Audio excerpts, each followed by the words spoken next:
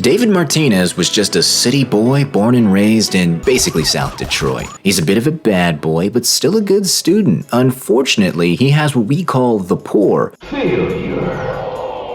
So all of his classmates understandably hate him. David despises this preppy elitist school filled with self-entitled brats born into the lap of luxury, but he still tries to make it work for his mother's sake. She's doing everything she can to make sure her son gets a better life. But that all changes when she's mortally wounded in a random drive-by. She would have made a full recovery if not for the American healthcare system. All the while, the city just keeps going on like nothing even happened. No words of kindness from anyone, no acts of compassion from classmates, just complete and utter apathy. Fed up with how the world treats him, David has a bit of a gamer moment. He takes a cyberware upgrade that his mom had stolen for a job and meets up with a Ripper doc. Unfortunately, the guy who was supposed to get that piece of tech wasn't too happy with David's decision. But after proving he wasn't completely useless, the group of cyberpunks let him join the team. Will David make a name for himself in the criminal underworld of Night City, or will he end up dead and forgotten in some back alley dumpster? Now, before we get any further, let me first stress that you don't need to be familiar with the larger Cyberpunk universe to enjoy this show. All I know about Cyberpunk is the wholesome Big Chungus Fortnite guy and the bugs.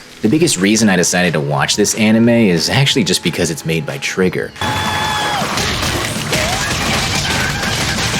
Maybe this is a hot take, but I haven't been all that satisfied with anything Trigger has made since the early days. Their more recent titles either didn't interest me or felt disappointing. We don't need to talk about the Doggy Style Robot Show. But I know Trigger has a lot of talent, so I was just waiting for them to make something that went as hard as Kill la Kill or Gurren Lagann or even Panty and Stocking. I'm happy to report they did good. The animation looks smooth, the action is visceral, and the music, as I understand it, takes some of the best tracks from 2077 and adds a handful of new bangers for good measure. Trigger made a name for itself back in the day, creating wild and energetic action sequences that you couldn't turn away from. So I'm glad to see that they can pull it off all of these years later. What really impressed me though was the characters doing all of these crazy feats. When it comes to anime protagonists, I either love them, hate them, or just forget they're even there. But I really enjoyed watching David's story unfold. He's likable and interesting and pretty relatable, at least to me, and probably you guys too. I mean, I don't have a thing for watching POV videos of people dying, but I won't sit here and speak for you. Back to the important part, I'm sure there's a lot of people out there right now who are stuck in a place they don't want to be, while they squander their potential on what feels like someone else's dream. When the opportunity comes for David to show everyone what he's made of, he doesn't hesitate to put it all on the line. And he's constantly pulling off incredible feats or dripping out his body with new cybernetic augmentations that most people simply couldn't handle. He is literally, as the kids would say, built different. Oh my god, they actually said it. There's never a dull moment with this guy,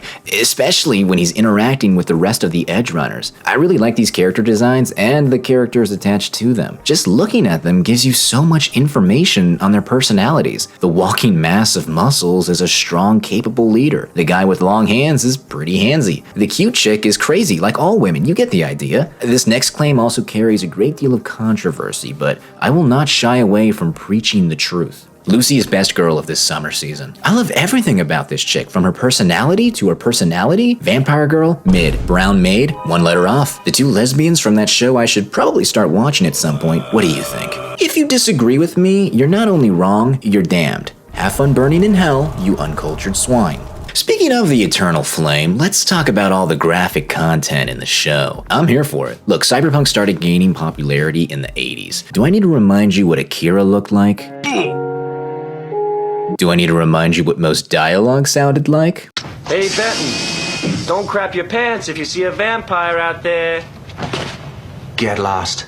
You wouldn't recognize a goddamn vampire if one jumped up and bit you on the end of your fucking dick. Now, I didn't watch Cyberpunk dubbed, but if the subtitles are any indication, I'm thinking they said a few no-no words. Maybe that bothers you, but it never took me out of the moment, and honestly, I prefer the harsher language. These guys live in a gross, dirty city filled with the lowest of the low. Maybe I'm coping, but I think the characters' vocabulary should reflect their environment. And like I said in my Black Lagoon review, these guys aren't exactly good people either. But I don't want to fully dismiss this concern because I also share it. While I am glad we get to see an uncensored, full carnage anime, I had this fear that the show would try too hard to push the envelope. We've officially entered the era where people want more foul-mouthed characters and disgustingly gory shows. Now, some people falsely believe that a show can only be good if it's for a mature audience, and being for a mature audience means more curse words and naked people. All the marketing for this show suggested it would fall into the same trap. So imagine my surprise when the show actually had something to say. And no, it wasn't a dollar store wisdom take like rich people suck, fight the power, or capitalism bad. What's your dream, and what are you willing to sacrifice to make it real? David starts adding more cybernetic parts to his body, thinking it'll get him the fame and fortune he so desperately wants. Most characters in the show have to worry about going too far with augmentation. The body can only handle so much change before you succumb to cyberpsychosis. And when that happens, you lose all semblance of being human and turn into a full-on killing machine. Since David is, and I again quote, built different, he constantly marches forward with reckless abandon. And I think this is where the show truly shines, but to explain that, I kind of need to talk about the ending, so spoiler alert.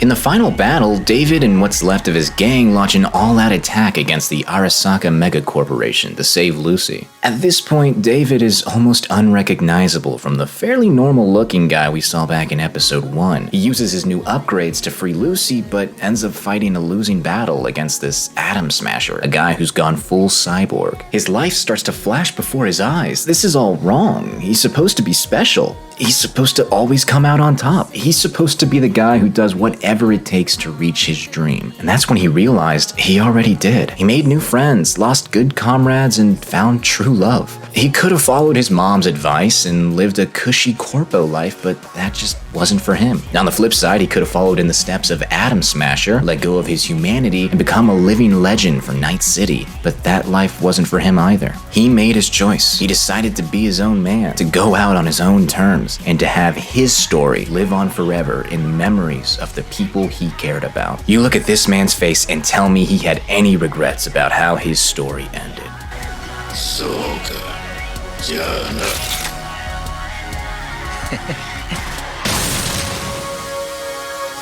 I could probably say more, but I want to get this video out in a timely fashion, so I think I'll just end things here. Bottom line, if you're still unsure about Cyberpunk, take a chance, and I'm betting you won't regret it. Oh, what's that? You're one of the millions who canceled their Netflix subscriptions so you can't watch this anime? My brother in Christ, did you think I watched this on Netflix? Yeah, but for legal reasons, I did watch this on Netflix. Where did I get the footage? Well, until next time, Ave Maria, Days Vault, and I cannot wait for all the Lucy fan art.